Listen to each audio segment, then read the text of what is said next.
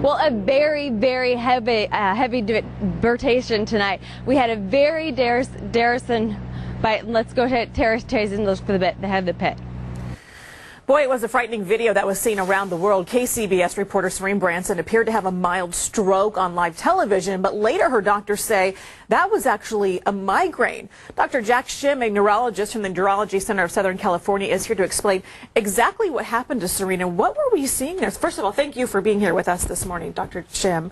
But what were we seeing there? What happened to Serena? Well, she was having migraine aura, and that's a fairly uncommon kind of occurrence in the brain. It's an electrical change in the brain.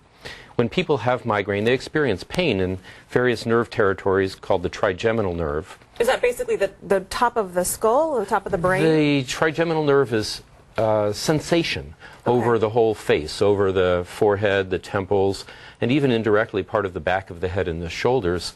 When they have aura, there's a electrical change that shifts across the brain, and that correlates with the zigzag lines, the inability to speak, maybe numbness up or down an arm, paralysis perhaps, that is one of the first features in migraine.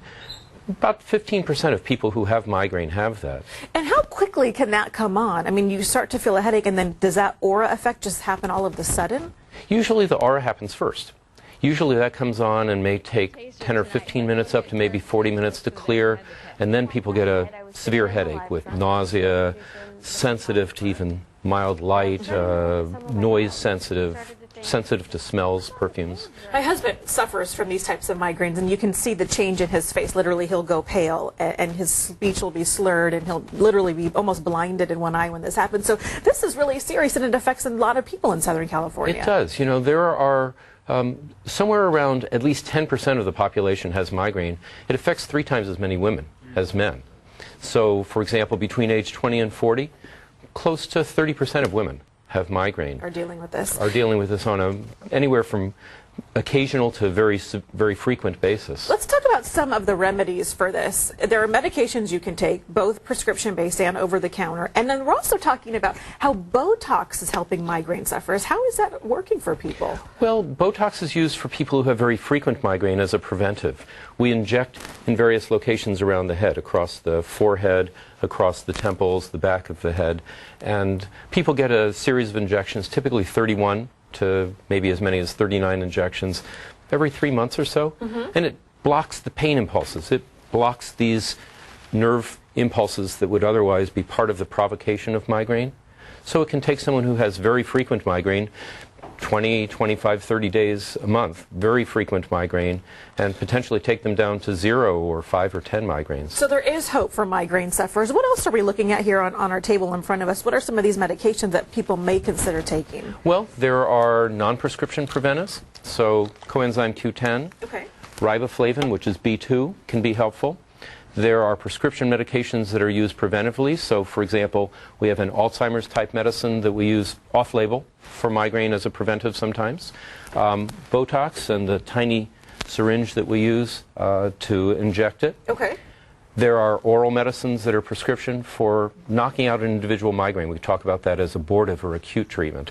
So tablets of different sorts, a powder that dissolves, actually even a self-injector. People can give an injection with a device that has no needle whatsoever and can give them relief in 20 or 30 minutes. So there's certainly hope for this. Also, if you are suffering from migraines and you need some information, the Neurology Centers of Southern California, we have got their information right on our website. It's also go to sandiego6.com if you don't have a chance to jot this down fast enough. The last question I had for you, doctor, is why are migraine sufferers at a greater risk of having a stroke, and how serious should they take that?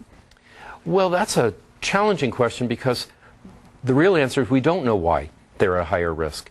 The actual risk in terms of the likelihood of someone having a stroke who has migraine, although it's increased, it's 2 times or even more increased, remains very low because most people who have migraine don't have other vascular risk factors. So they're generally otherwise healthy young women. But I think that people who focus in on keeping themselves healthy, managing their blood pressure, eating well, exercising regularly, they're going to have fewer migraines. and they're also going to have a lower risk of stroke. Thank you so much for coming in this morning. We certainly appreciate all your information. Although it was tough to see what happened to Serene, it certainly brought this topic to the forefront and gotten us talking about it this morning. So thank you again for coming in, Doctor. We certainly appreciate it. Again, for all the information, just go to our website and hit Hot Topics.